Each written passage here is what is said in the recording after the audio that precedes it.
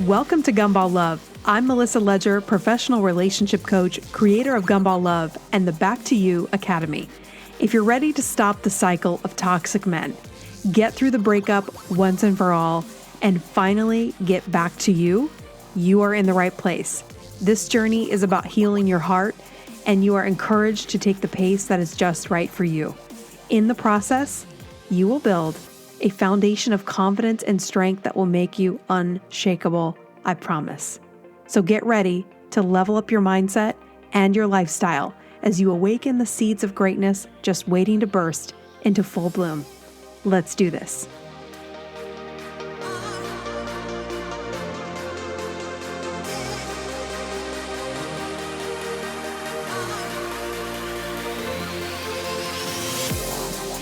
Welcome back to another episode of Gumball Love. I'm your host, Melissa Ledger. All right, today we are going to talk about how we learn about love, how we come to what we think is our definition of love. And when I say our, I mean, how did you figure out what love is? What does love mean to you? What does it look like to you? Have you ever asked yourself this question? So I'm in the middle of writing my book, as you know, and I came across this part of my journey and I was like, wow, I kind of forgot that I had to ask myself, do I really know what love is? And I hope this comes across in the book because I'm writing it as if, yes, of course, we know we love our family, we love our friends, but to really know what it means to love another person and get married to them and love them unconditionally and what that looks like and how it manifests in all areas of life. I don't know about you, but for me, that was very mysterious. My parents divorced when I was young. My grandparents did stay married all through their lives. However, they weren't the most happily married. And, I wouldn't say that they necessarily looked completely unhappy all of the time, but I guess I just didn't really look at it as that's the example of a perfect marriage or an ideal marriage or or a happy couple. There were some good things I pulled from them, definitely. I mean, I traveled with my grandparents on my mom's side and they got along and they cooked meals together. And so, I thought, well, I didn't really think about their relationship, to be honest with you. And so then I was like, well, why wasn't I thinking about their relationship? Why wasn't I thinking about their dynamic? And really the answer is no one taught me to look at it. No one taught me. And did anyone teach you like, hey, you know what? This is what real love really looks like. So I always forget to do this. So I'm going to stop here and introduce you. If you don't know me, I'm Melissa Ledger, Gumball Love. Gumball Love is when someone craves the temporary sugar high of attention versus seeking long-term meaningful connection. So I'm going to say that again. Gumball Love is craving the temporary sugar high of attention versus long-term meaningful connection. So I'm taking you back here to this definition because I want to go back into what we think love is. So right now out in the world, we see a lot of people that are craving that immediate sugar high of attention. Give me sex, give me drama, give me entertainment. I want to make you jealous. So I'm going to have you compete with other women. Feel sorry for me, chase me, watch me, focus on me, prove yourself to me. There's all these gumballs out there that people want you to give them. So they put in the quarter. Do you give them the gumball? Are you someone who is a gumball dealer? Are you, when I came to this concept, it was like, wow, am I a drug dealer? Am I giving out these sugar highs without even realizing it? And how do you know if someone is addicted to the gumball? How do you know if they're addicted to the sugar high of attention? You know, because the pattern will start to repeat. You'll start to see the quarters, and then you can sit and decide, do I give the gumball or do I not? Because am I looking for a long-term relationship or am I looking for short-term attention? I mean, if you're looking for attention, if you wanted to use this concept, you could actually learn how to pursue and manipulate attention from people and you will get it, because it's very difficult for people that don't know what's happening to just give in to people put in a quarter and you want to give them the gumball. We're people pleasers. I know I'm talking to you, girl, because you like me and I like you.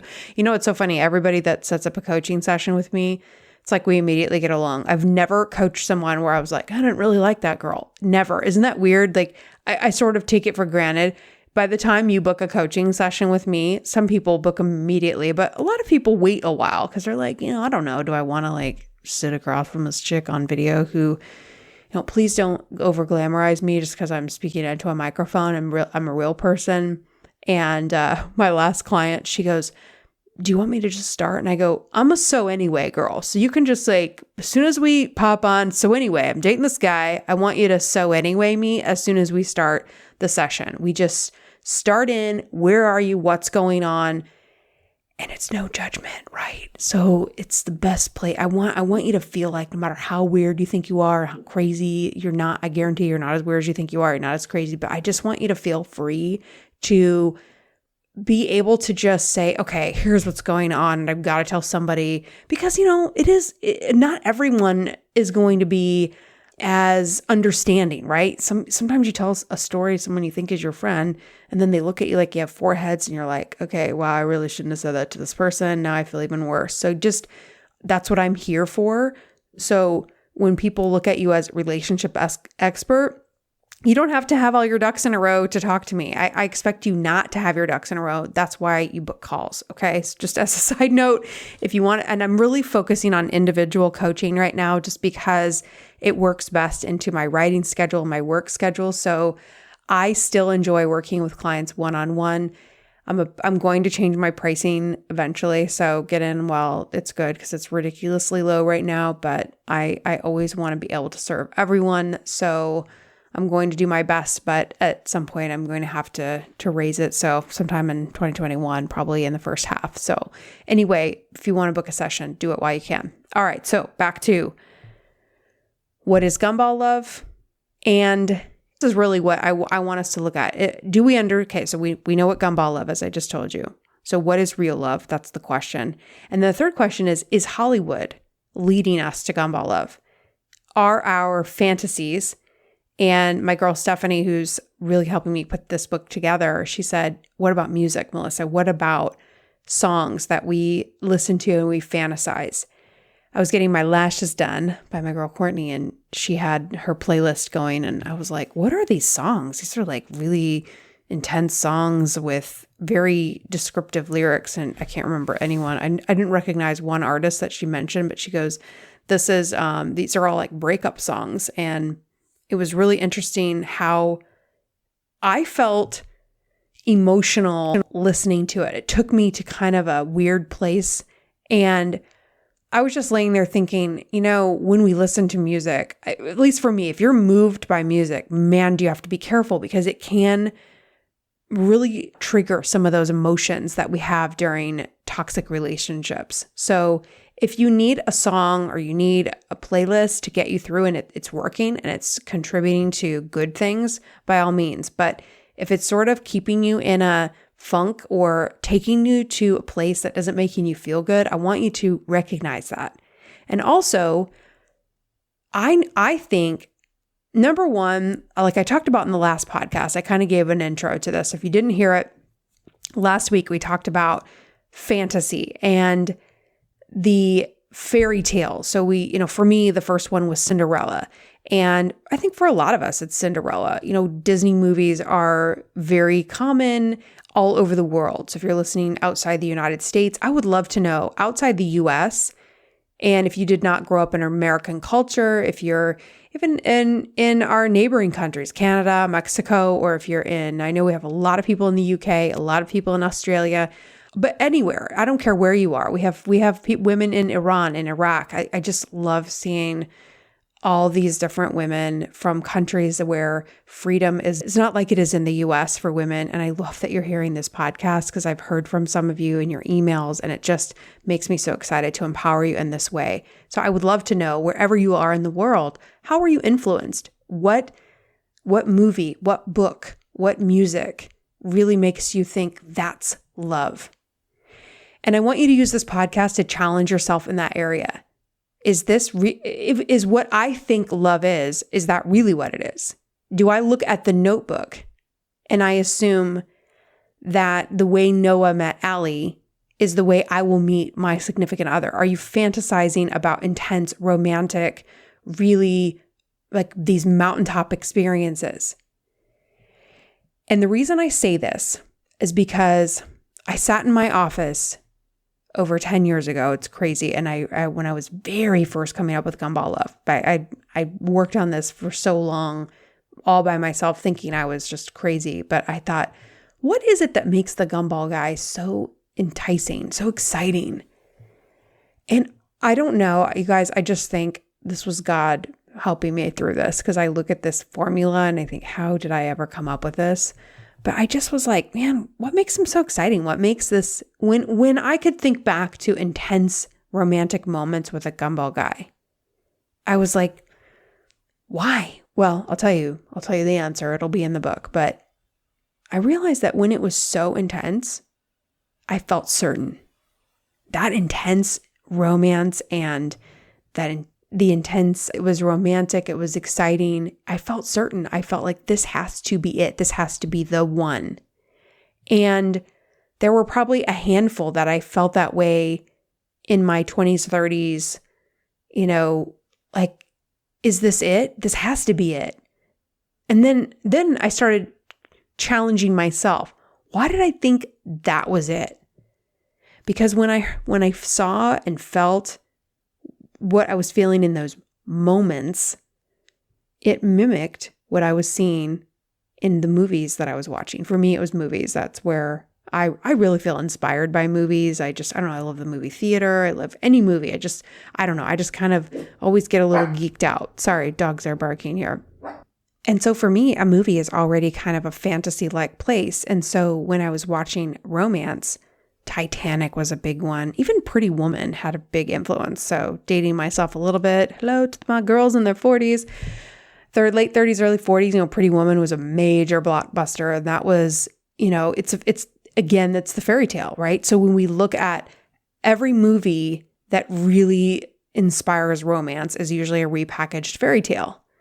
And so I started to say to myself, okay, so if I am feeling swept away in a moment, or I'm having a period of time, because I would look at the period of time that I would feel that way with the Gumball Guy, and sometimes it could be as small as a week. Sometimes it could be 2 to 3 months. Rarely was it super intense for that long. And then a crash would follow, a drastic pull away, or their personality would change. And it was like, ew, who's this? This isn't the guy from the mountaintop. This is scary. This is a creepy guy. The mood swings would be dramatic. This is the one thing that I never see in my current significant other. Like, he's the love of my life. I know. And I'm just like, wow, his moods never swing. And it's like, I'm still adjusting. Over a year later, it's like, wow, he just never has a mood swing. It's just like, what people can, I think I'm not very moody, but I'm more moody than him. It's just so weird to me. But there's a little bit of PTSD in that anticipation of when's the crash? When does the rug get pulled out? Like because although the fairy tale doesn't have that part, Cinderella, we don't see her getting in a fight with a prince and then him deciding not to marry her and her going back to the castle. That's not going to be the story, right? So we only see the happy ending. And when it doesn't happen that way, we feel like, as I was putting this together, I'm like, well, then that's when I feel like, well, where am I getting this wrong here? Because my girlfriends from high school, for the most part, I had this core group of girls, and almost every single one of them had a healthy marriage. They're still, almost all of them are still happily and healthily. That's what I want to say. Have happy, healthy marriages. And so I would think, like, what is my deal? And they watched the same fairy tales as I did. We watched those movies together. I mean, even things like 90210, Melrose Place, things that we were watching when we were kids, all the way up to present day 50 Shades of Grey and Sex and the City and whatever else we're watching. I'm just trying to hit those. I look at the ones that make the most money. Twilight, 50 Shades of Grey, Sex and the City. Those are your major blockbuster movies that we're fixated on. What are we fixated on? So then I started looking at a couple of those. Let's just talk 50 Shades of Grey and Twilight. Do you know that the woman who wrote 50 Shades of Grey was a major Twilight fan, and she wrote what they call fan fiction. She changed the plot around a little bit. Actually, she kept the same plot as Twilight. She just changed the story. Different characters, slightly different setting. But it's really a bad boy falls in love with the innocent girl, the virgin, and then she changes him over time. And so I remember going to 50 Shades of Grey really against my own morals and values, thinking, okay, I do not want to see some gross, disgusting sex book movie that's made into a movie. But I was like, I have to know what all my girls are watching, because I want to know what you're seeing, at that point I was like, what is so enticing about this? It can't be the sex.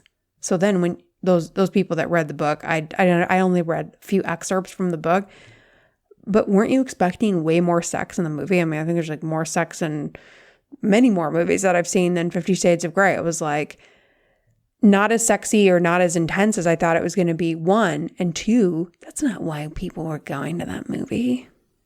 Because first of all, they're super awkward. I don't know what you think about it, but I still say Chuck Bass should be the Christian Grey. I just want Chuck Bass to play that character so bad. Gossip Girl fans, do you hear me? Would Chuck Bass not have been freaking Ed Westwick, the actor? He would have been so perfect for that role. Anyway, it's never going to happen. But do you hear what I'm saying? Like we don't like 50 Shades of Grey because of the sex. We like it because we see a bad boy fall in love and change into a good guy. Kind of. That's what they're selling. They're selling the fantasy we all want to happen. We want the guy that's bad for us to become a good guy. Can that happen? I shouldn't say bad for us, but a bad guy. Yes, people can change. People can go through major transformations. But is it going to happen when they are at their worst and they become their best through your relationship? Highly, highly unlikely. Can they have transformation and then reunite? That's what happened with the love of my life. But it was 5 years. 5 years. So, can people change? Can people, and he's going to tell his story. So I'm giving him some time to set up. And I'm also, just to be honest with you, I'm enjoying our little bubble before we make everything public. And so I'm just like a little bit longer, plus I'm writing, and also, truth be told, we still don't have the microphone set up so where we can sit in the same room. I really don't want to try to be in different parts of the house trying to record podcasts. But anyway, but was he a terrible person? No, absolutely not. Were there things that needed to happen for him? Yes. And I wasn't even aware of most of them. And so transformation can happen. I don't want to say it can't. However, we know when it can't happen. My major Gumball Guy ex that I've talked about probably the most in this podcast, he was not able to change. Even years later, we reunited, and it was there was major progress made, but in my opinion, not enough for a long-term meaningful connection. It was still very much in a maybe medium growth. Do I think there's hope for him? Yes, I think there's hope for anybody. I think if you put enough effort and you have enough self-awareness, anything is possible.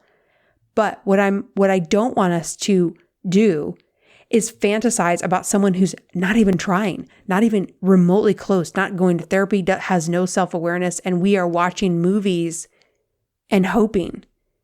Like I used to watch Good Will Hunting, and I don't know if you've ever seen that movie with Matt Damon, but a lot of Gumball guys are like that.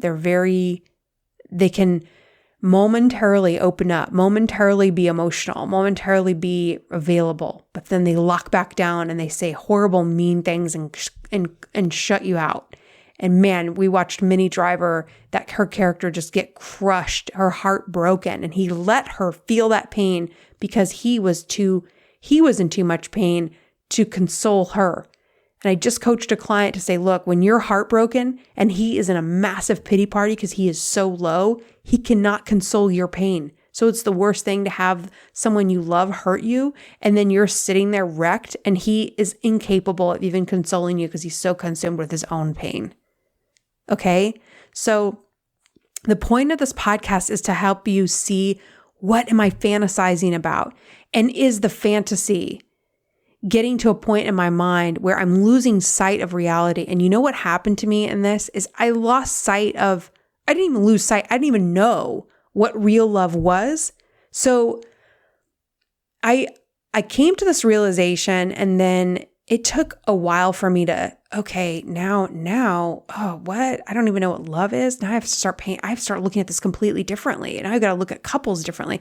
So then I started asking couples, what do you do how do you know like your husband loves you? How do you know, like, how did you know in the beginning? What was your relationship like? I wonder, did they have mountaintop experiences, or did they just, or was it just boring from the beginning? I was like literally going, I'm completely confused about love now. Is there no infatuation, and is real love just, a big straight line with, no real excitement? Like, what is actually real and what is actually fantasy, and what is there any happy medium?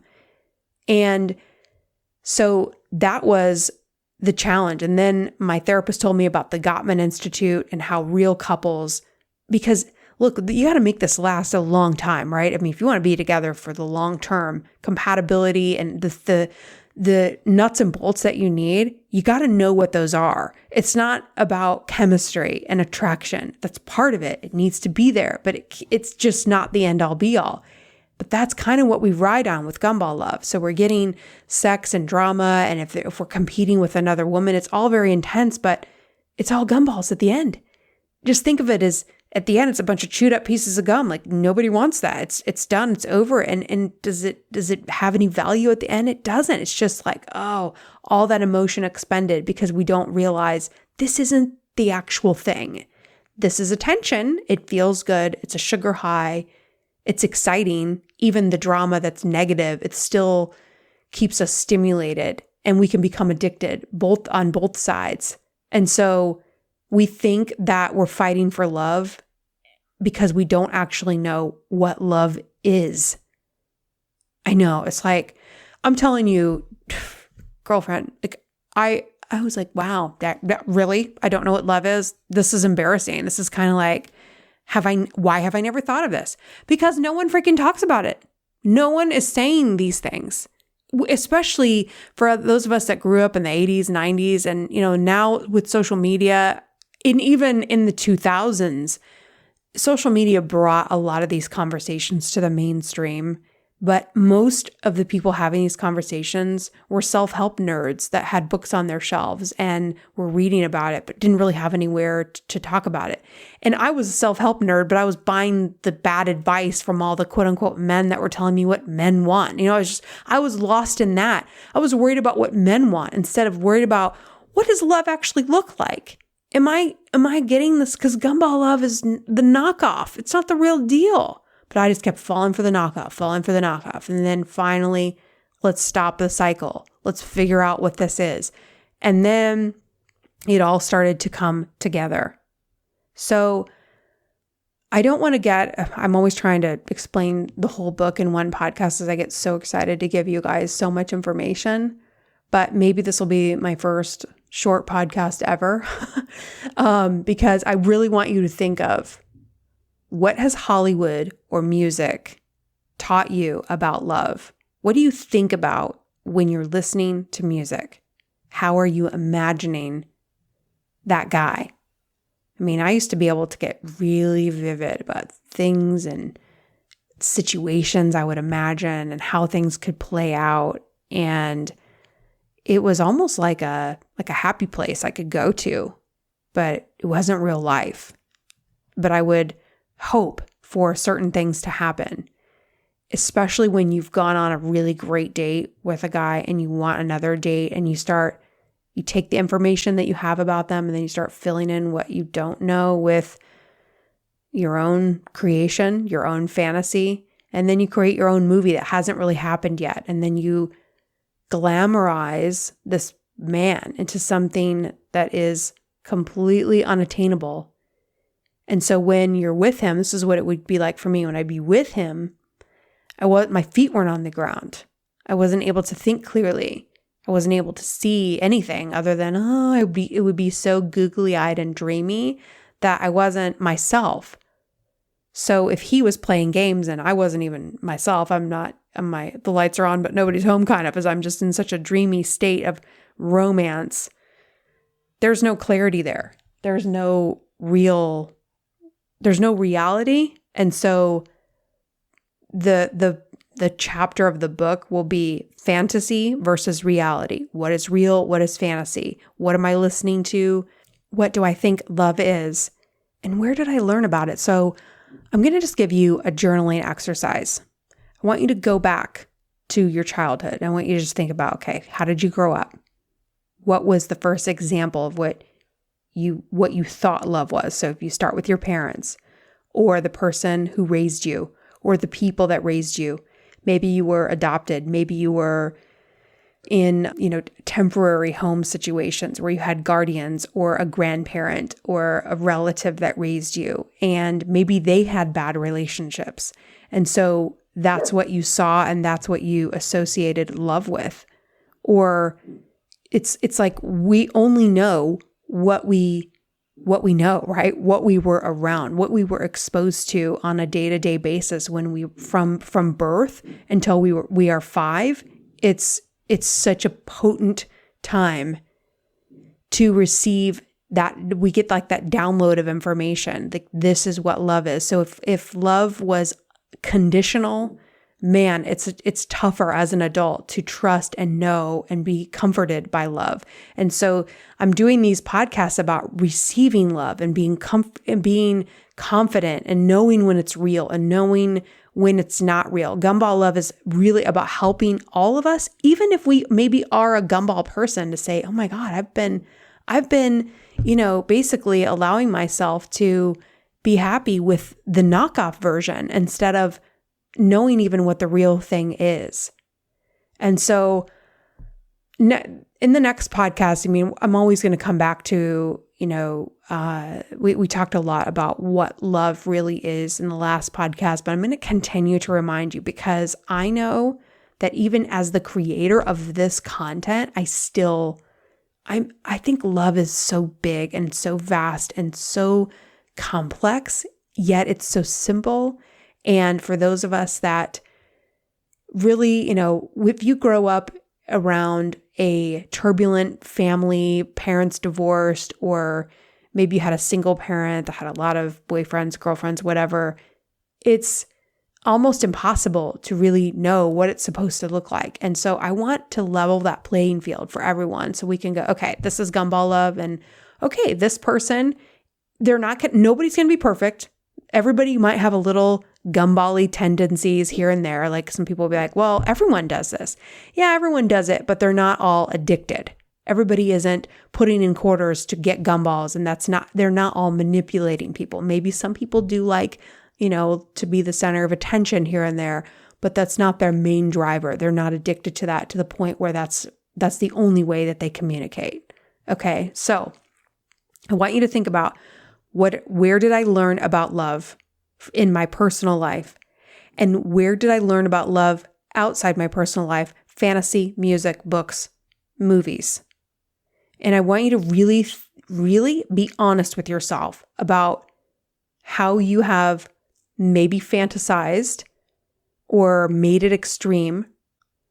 But I also want to contradict myself a little bit, because I want to assure you that real love is wonderful. And even though I don't want you to fantasize, I want you to actually fantasize about the real thing. I want you to fantasize about things like, if I could have known what to fantasize about, I would have fantasized about what's happening right now, how the love of my life is picking up Windex right now and paper towels and and walk the dogs because he knows I'm working and is helping me do things that just lighten my load. That's love.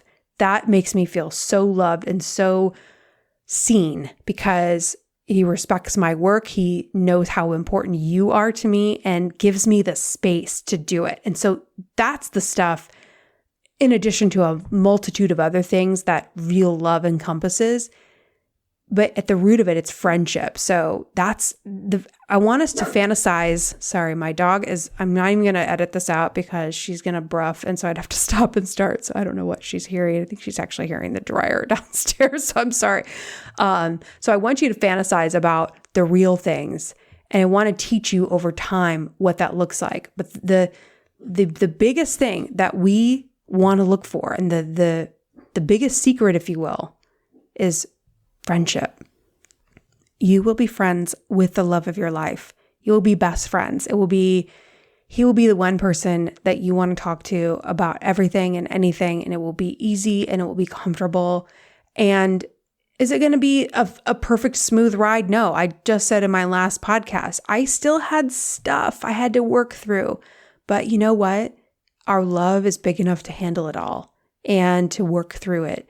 And even though if I have an emotional day or something, he's not scared by it.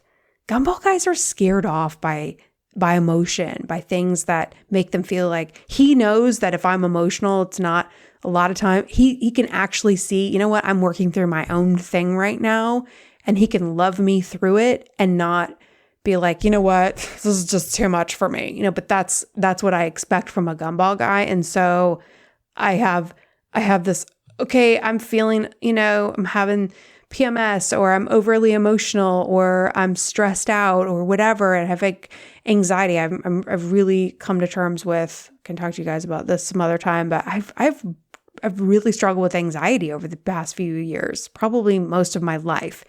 And I never really allowed myself to say, I have anxiety, like pretty bad. I could worry about every freaking thing. And it was like, do you have generalized anxiety disorder? I looked at the symptoms, took a little quiz. It was like, yes, 10 out of 10 on everything. I don't know. It was like extreme anxiety. And I was like, you know what? Maybe it's the fact that I'm not admitting to myself that I do have high anxiety. I do worry about everything. I'm a perfectionist. And it's like, hi, you're not alone. But I felt shameful. I didn't want to admit that. And so by not admitting it, it was making it worse. Actually, since I've admitted it, way less anxiety. So whatever. I'm still working through that. But the bottom line is, when it's love, you don't have to be perfect. So fantasize about being able to have anxiety and the guy not freaking out. Fantasize about him running an errand for you because he knows that you have an extra workload this week. Fantasize about him, falling in love with your dogs or your cats or whatever, because that's the stuff that it just like makes my cup overflow. And things that just, those are just a few of the things. That's just minor stuff that there's just so much love. So that's the cool part. And that's the part I couldn't really teach you before I found the love of my life, because I only could tell you, look, I'm going to be in this ride with you. I'm going to stay single. I'm not going to settle. I'm going to share what I know about true love. We're going to reference the Gottman Institute. I'm going to help others. So I had my clients that were meeting their loves of their life before I did. And I was like, look, if I help enough other people get what they want, I'll get what I want. So I'm not going to worry about the fact that I was 40 and then 41 and then finally 42 years old by the time I met, or I guess I was 41. No, I was 42. So you can meet the love of your life past 40. And we met long distance during the global pandemic. So we'll tell you the whole story. But guys, you will, what is for you will not pass you. I need to know who said that, because it's brilliant. We need to have faith that this is going to happen for us.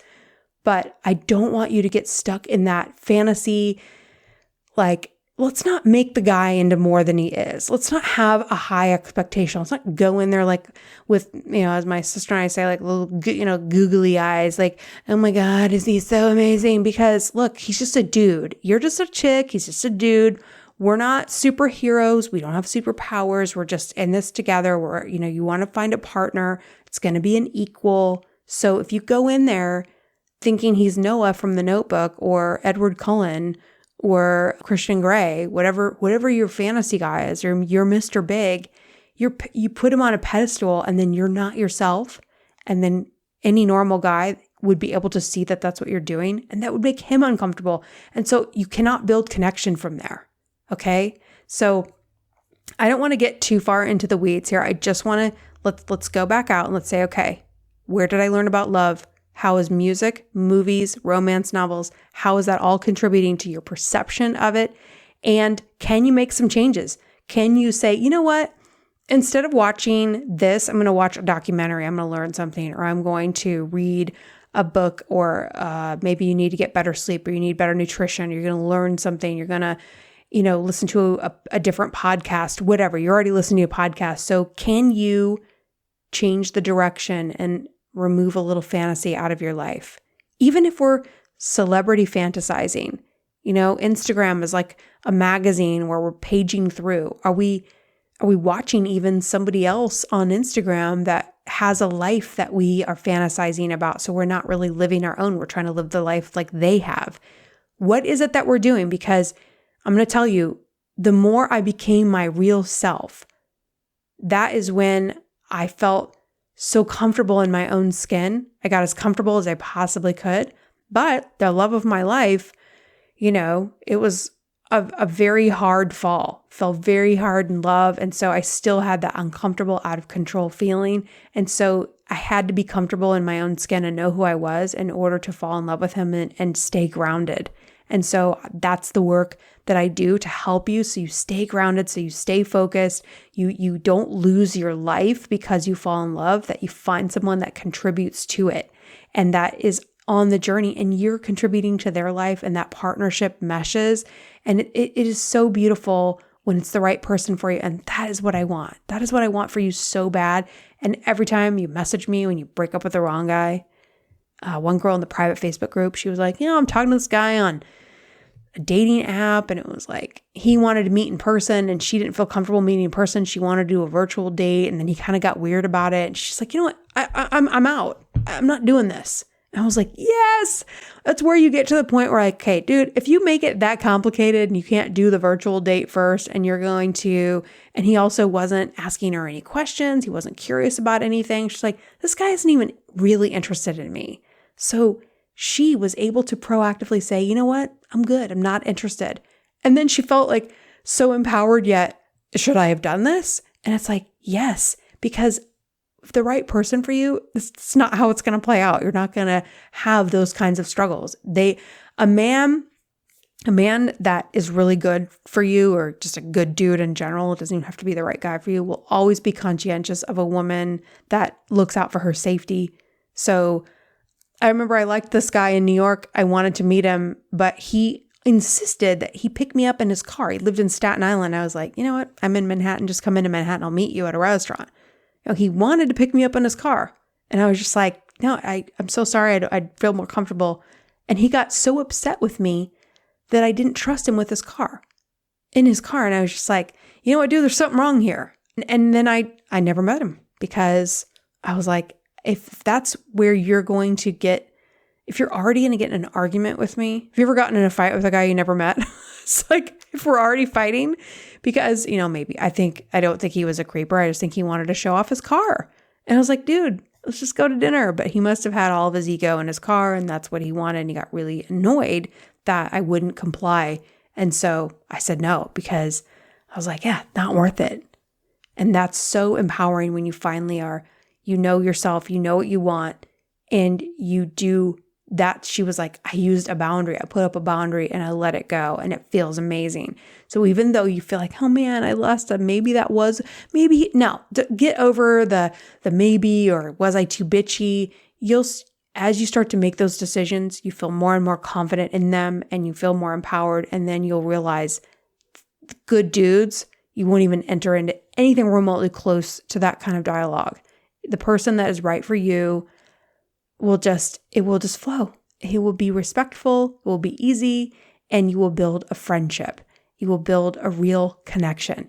Will there be romance? Yes. Will there be a spark and attraction? Yes. But if we're not sitting there waiting for a mountaintop, Edward Cullen, Christian Grey, Mr. Big, Cinderella, huge notebook experience, if we just allow the interaction between the two of you, go to whatever highs you go to, but don't come with a fantasy Hollywood expectation. And if we take our heads out of that space a little bit, take a break from it entirely, really get and connect with ourselves, connect with what we want, get into our own lives, our passions, how we give to others, your church, or any kind of volunteer work, whatever it is that you do, that's the stuff you want to be really in tune with, because the fantasy stuff isn't your real life. So when we get into our life, let's fantasize about what would be best for us, but not create something false and have that expectation so high that only a Gumball Guy can meet it. That was the scariest thing. I was like, I have my fantasy expectations so high, the only way I can find this is if I date a Gumball Guy who gets so high off of all of these gumballs that we are just finally floating on a cloud together. But then that crash comes, that sugar high is gone. It does have an expiration. And that crash is hard and is so brutal. We know what that feels like. It's gut-wrenching because when it's not authentic, when that energy is not love and friendship and it's just riding on the sugar high of attention, the crash is coming. And you don't have time for more crashes. It's exhausting. It's too hard on you emotionally. It'll make you physically sick. All this stress and emotion, it's the most stressful thing we can go through. That kind of toxic cycle is so horrible on our bodies and our minds and our spirits. We don't have time for that. So I want you to, as I say in the intro, I want you to elevate your mindset and your lifestyle, because you have those seeds of greatness that are waiting to burst into full bloom. They're there. The petals are there. The beautiful tight rosebud. Everything that makes you worthy is there right now. You're not going to, just because when you work on yourself, all you do is see your own beauty. It's already there. You're already done. You just have to become aware of your own value. And let me tell you, when you give love and it's received and someone loves you back the way you love, you realize, wow, these other dudes were totally missing out. I've thought that so many times, like seeing someone appreciate what I give makes me realize how much I was always giving and it was just never appreciated because they couldn't receive it. And so now I shouldn't even say, I'm not even, there's no way I gave then what I can give now, but you know what I'm saying? Like I had such a genuine heart and I was really, my motives were pure. I was not in it for gumballs. And the way Gumball Guys would question motives, like, just the motives being questioned. Like, I don't know, I just think you're this or you're that. I was just like, it's exhausting because I knew my heart was pure. I knew that that was not true. But then the gaslighting and all the questioning myself, it just set me back. And I had to keep trying to regain that ground that I would keep losing. So that's what I'm here for, is to help you gain that ground. So if you need help, book a one-on-one, or what a lot of people are realizing is book the 3 sessions, because it's basically 3 sessions for the price of 2. But 1 session, if you kind of have a long story to tell me, an hour is not really long time to hear the story and then work through it. So 3 sessions, if you have something like that's quick or whatever your budget, but try to book 3 instead of 1, because usually people are like, oh, I want another session. So if you can, it's the best price right now before I know I have to make those changes. But right now I'm just working on my book and I want to stay in touch with you. I love working with people one-on-one. And like I've told you in the past, yes, I am speaking into a microphone, but I'm still just a girl. I want to help you. I want to meet you where you are. And you can be on video or not on video. You can wear makeup. You don't have to wear makeup. Just feel like grab a glass of wine or a cup of tea and feel like you can just be in your t-shirt and sweatpants and we can just sit and chat and let's work through wherever you are. Don't underestimate asking for help. Don't underestimate getting clarity, because if you're sitting in heartache or heartbreak, you're confused, you don't know why he's doing whatever, trust me, I can help you. Okay, so I hope that helps you. I hope that challenges you. And I hope that you can have a better relationship with your fantasy fairy tales. I hope you can have a better relationship with them, enjoy them for what they are, but maybe spend a little less time there and a little more time in your own real life fantasy of what that could actually look like, and plan for the beautiful life that God has planned for you. So I'm going to leave you there. Thank you so much. I love you. Until next time, I'll see you soon. Thank you so much for listening. If you want more information or to schedule a private coaching session, or better yet, to join the next Back to You Academy, go to gumballlove.com. If you loved this podcast, I would love for you to share it with your friends. And if you really loved it, a 5-star review is the best compliment you can give. Remember, you are enough, you are right where you should be, and the only thing you have to do is keep going.